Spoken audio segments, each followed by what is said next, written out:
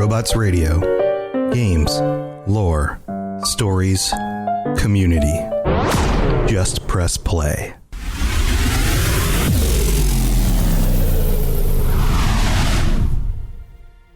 Welcome to the Fallout Lorecast, the podcast that explores the boundaries of our knowledge about the world of Fallout.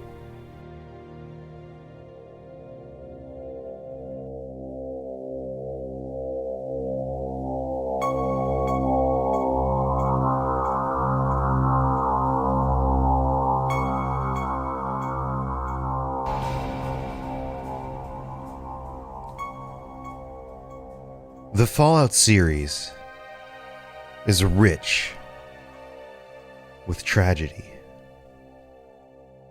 It's full of stories of individuals who have to go to extremes to survive, to provide for their families, to find something to live for in the wasteland.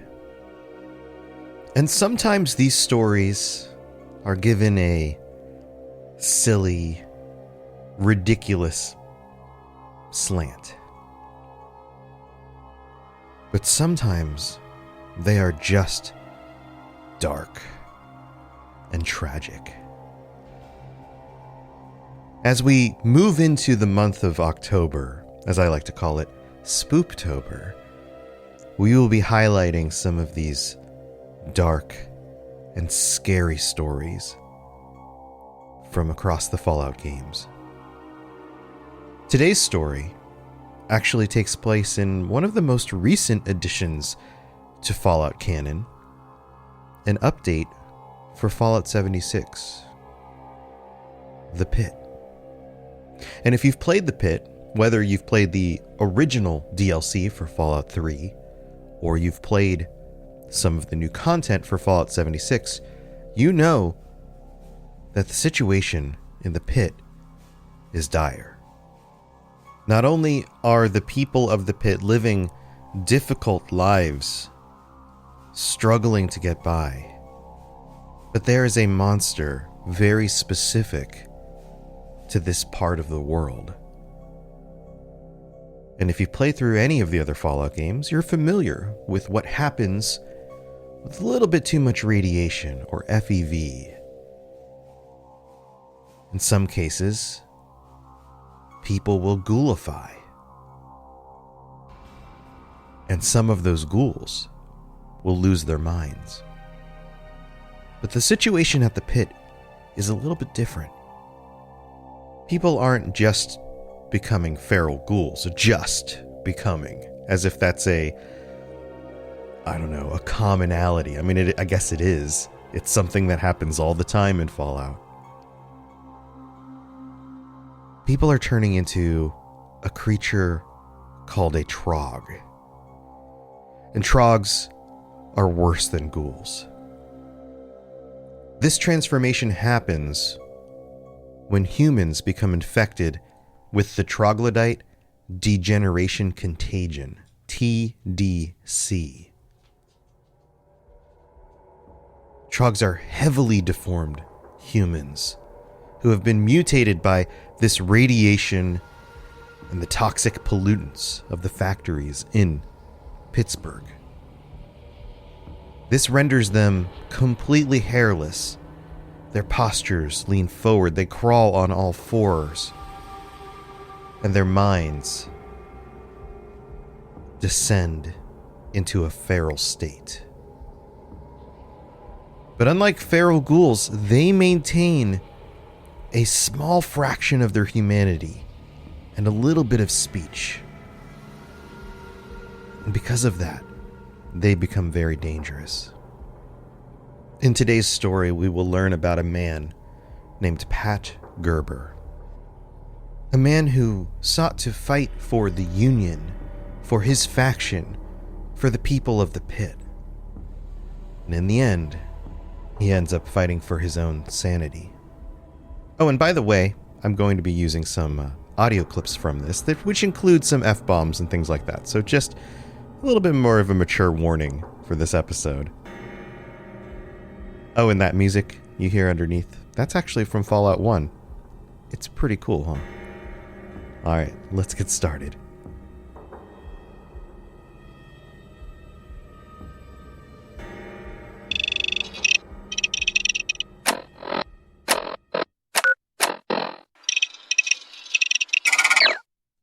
Pat Gerber's story can be pieced together from holotapes that you can find in the pit. And this is how we learn most of Pat's story. Pat starts off, first of all, as a secondary character. The first we hear about Pat is actually from a holotape from Pat's wife, Bella Gerber. This is Bella Gerber. Used to be a union runner. Now I'm a prisoner. The fanatics found us.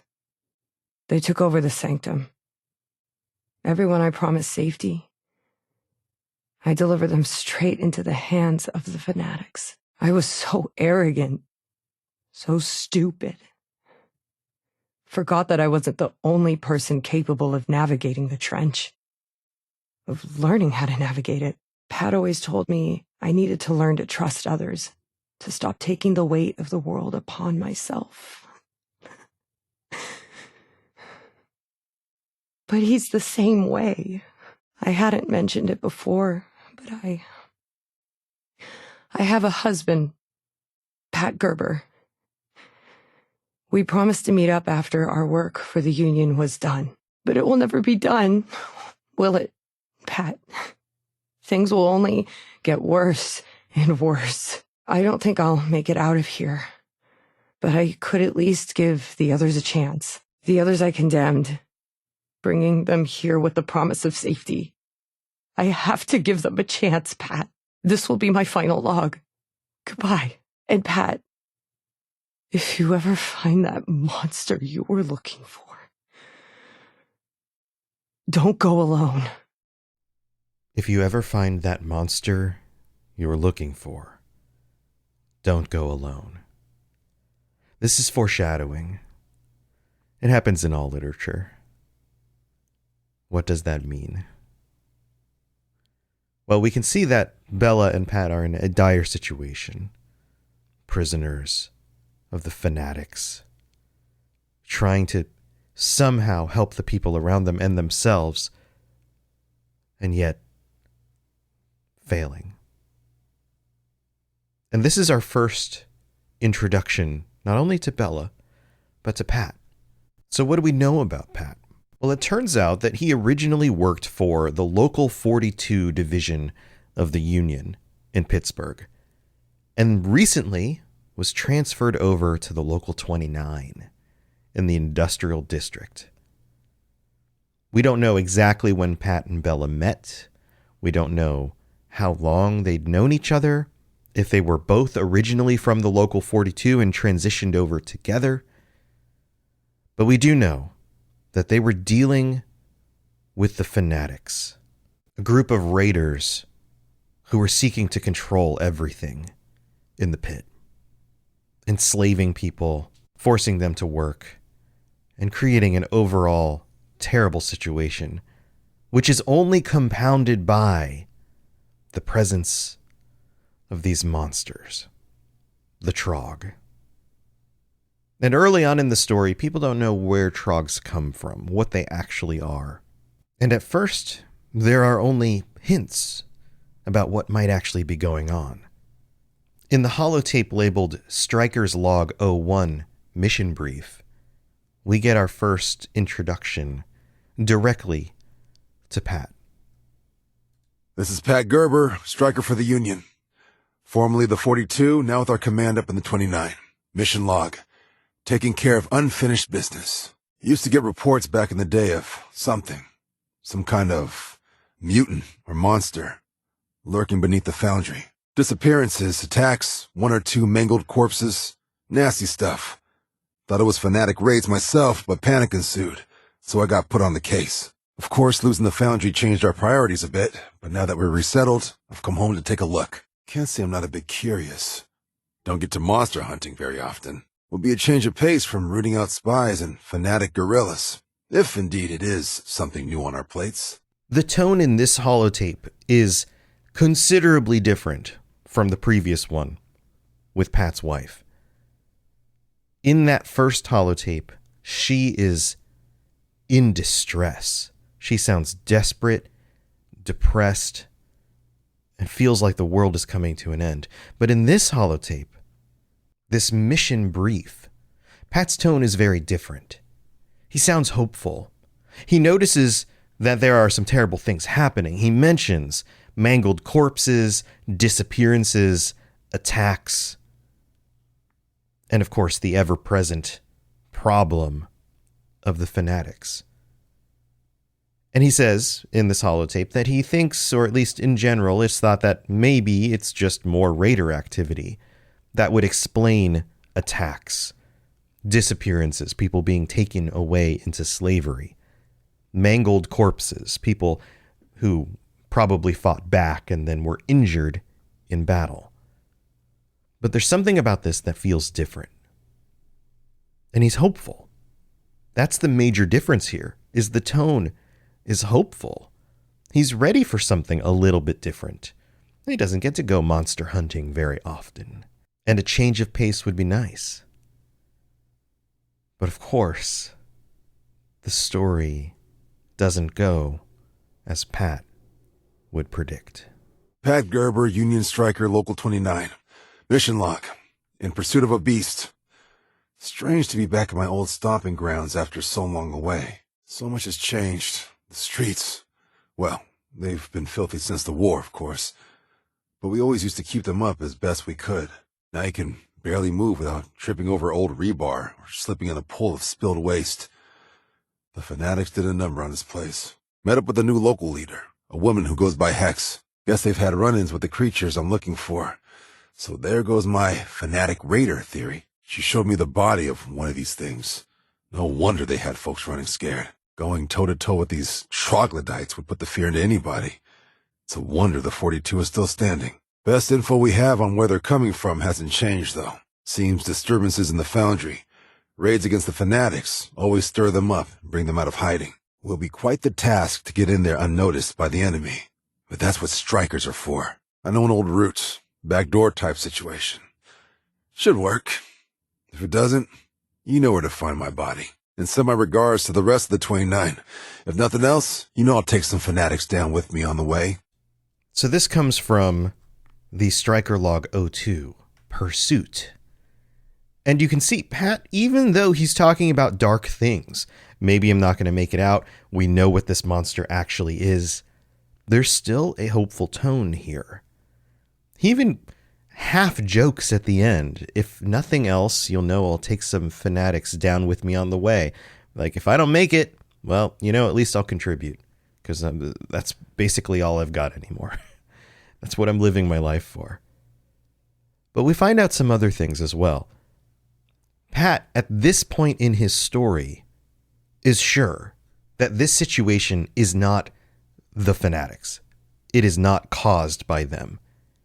It is troglodytes. And he even talks about coming across one of their bodies, being able to see what they look like, understand them a little bit more.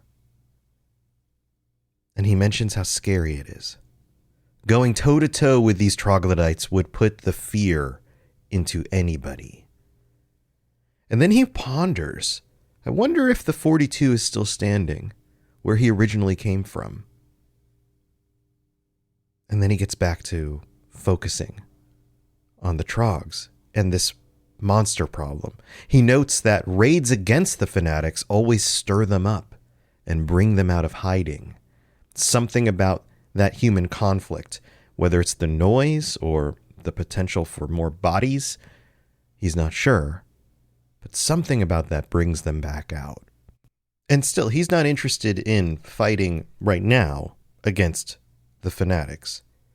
He's interested in figuring out what's going on with these monsters, and he needs to do so without too much conflict with the fanatics, because that would get in the way.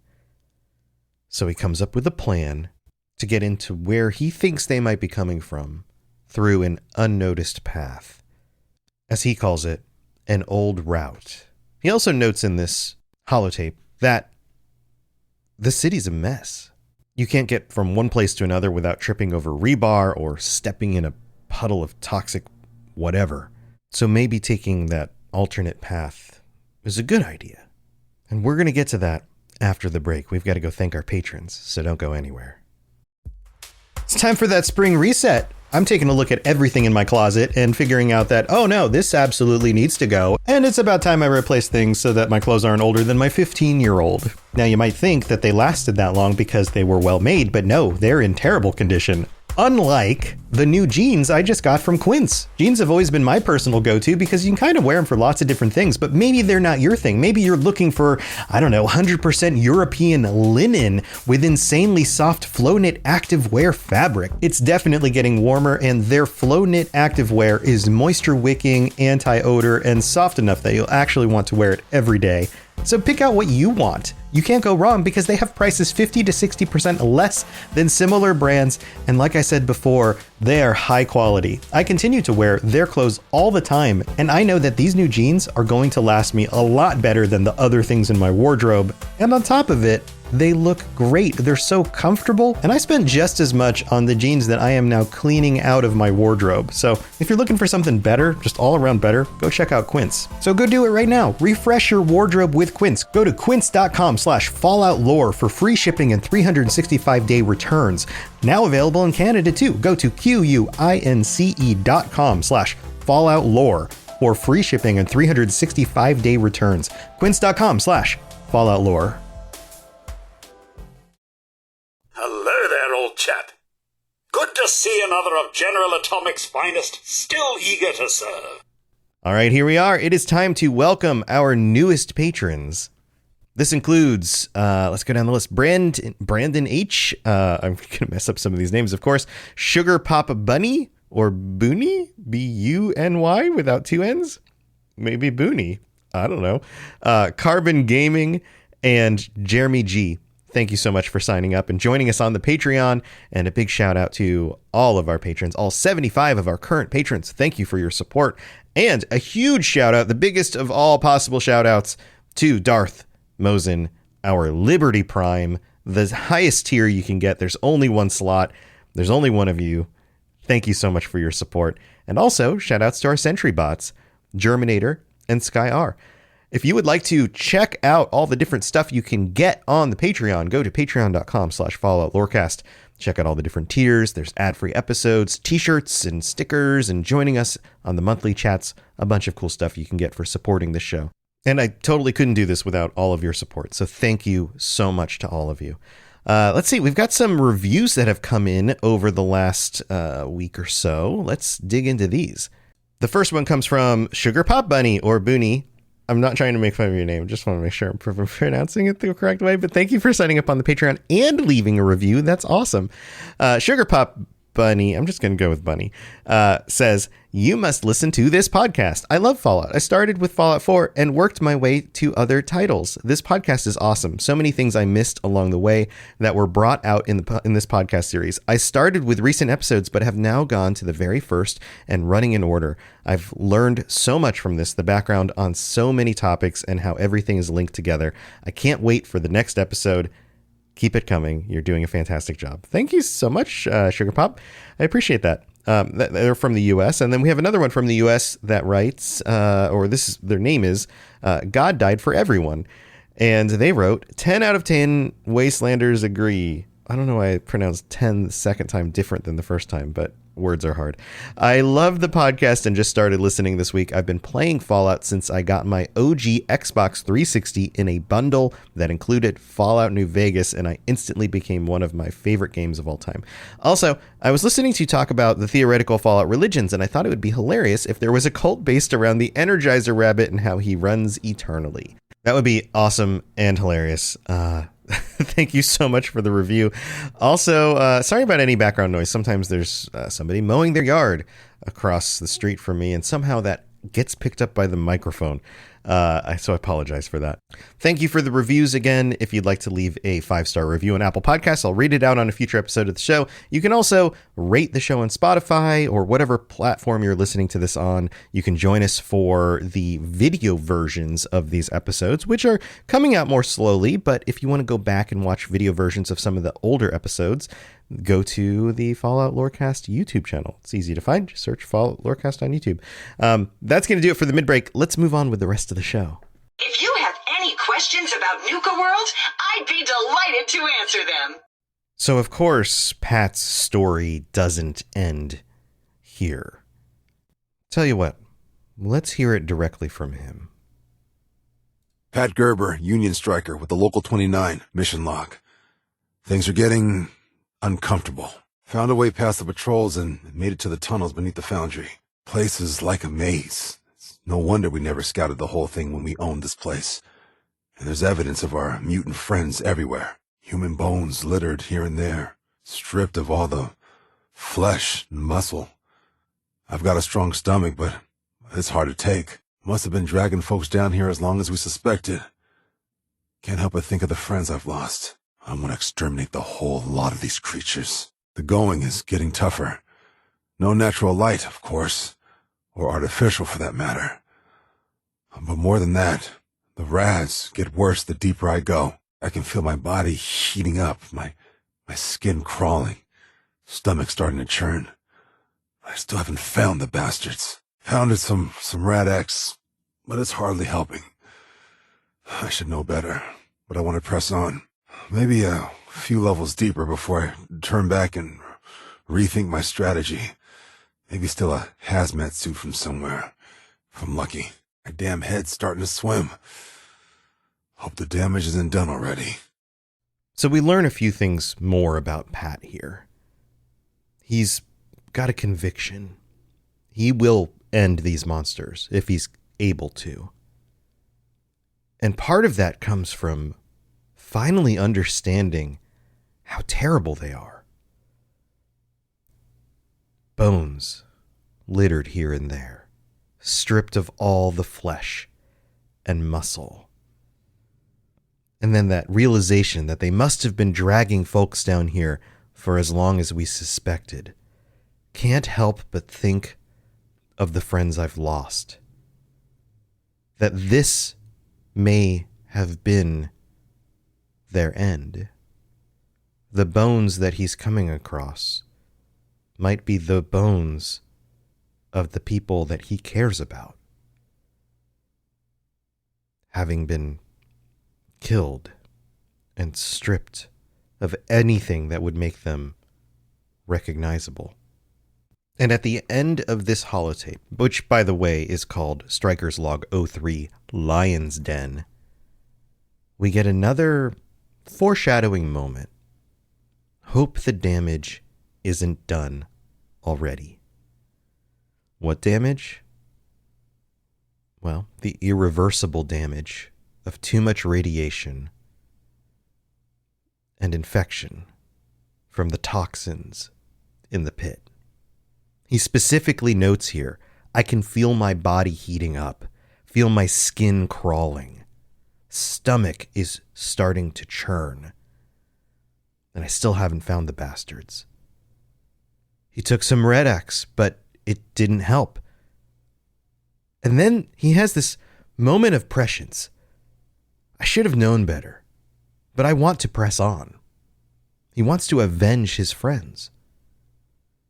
Maybe a few levels deeper and I turn back and rethink my strategy. Maybe steal a hazmat suit from somewhere, if I'm lucky. He wouldn't have needed to hope to be lucky if he had been a little bit more prepared. And I guess he couldn't have predicted necessarily the levels of radiation.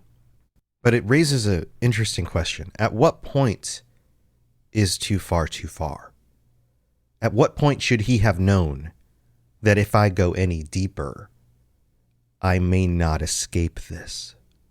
And then there's the way it ends with the hope the damage isn't done already, which, as a listener, makes you think, it probably is. This doesn't look like it's going to end well for you. And by the names of the holotapes themselves, we can tell that it doesn't. The final holotape, the next and final holotape, is called Striker's Log 04, Failure. Pat Gerber, Striker with the Union Local 29. Mission log. Pretty sure I fucked up good. Got a little farther down and came face to face with my prey. Damn thing was hideous.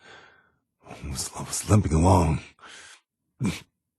Really feeling the rats at this point. Didn't feel up to a fight. So I was pretty sure I was a goner. But it didn't pounce. Didn't strike. The thing just stared. It stared at me. It knew me. I could feel it. How that's possible, I don't know, but sent a chill down my spine. Its eyes, they called to me. Felt like an eternity. But after a minute or two, it just turned around and left. And so did I. I made it back topside. Lucky to be alive, honestly. But all I feel is an anger.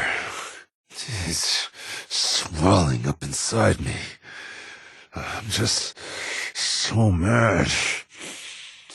Mad I didn't kill the thing. Mad it didn't kill me.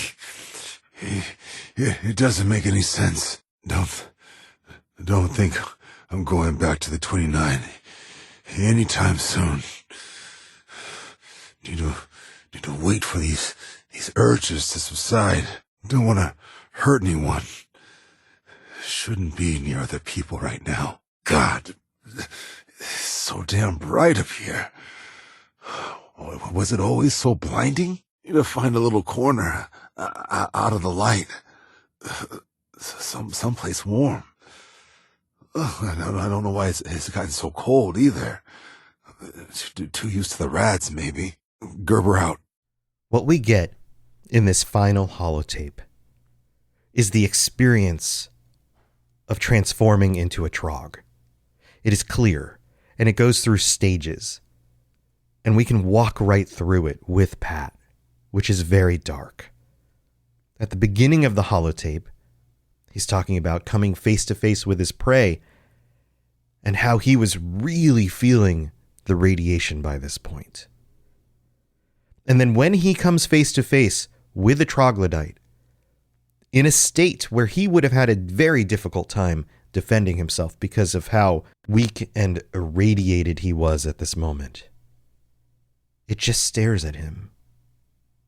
But notice, he just stares back. He doesn't take out a gun. He doesn't try for a shot. He doesn't seek to kill it, although that has been his goal from the very beginning. He stares back and feels something.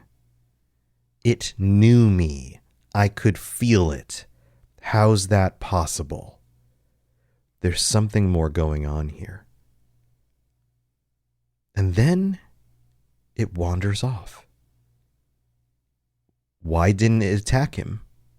Maybe because it could tell that he was already becoming one of them. And then we get the emotional reaction to the situation. All I feel is anger. It's swelling up inside of me. I'm just so mad. This irrational anger. Mad I didn't kill the thing. His rational mind realizing that he should have killed it. That was his goal. He had an opportunity and he didn't take it. Mad it didn't kill me. More of an irrational anger. Or maybe there's a part of his mind that realizes what's happening to him, and at this point, he would rather be dead. It doesn't make any sense, Don't think I'm going back to the 29 anytime soon. Is that his rational mind letting him know that his job isn't done? Or that maybe he's infected and he shouldn't go back and endanger his friends? Need to wait for these urges to subside. Again, a rational perspective maybe. Maybe I just need to wait for this to settle down and then I'll be okay. Don't want to hurt anyone. Shouldn't be near other people right now. God, it's so damn bright up here. The whole time he's been down in these tunnels, and there's no natural light, no synthetic light either, and yet all of a sudden everything feels so bright. Was it always so blinding? And then his final thoughts. Need to find a little corner out of the light, someplace warm. I don't know why it's gotten so cold either. Too used to the rads, maybe. He needs to find a place to either curl up and die or finish his transformation into a Trog.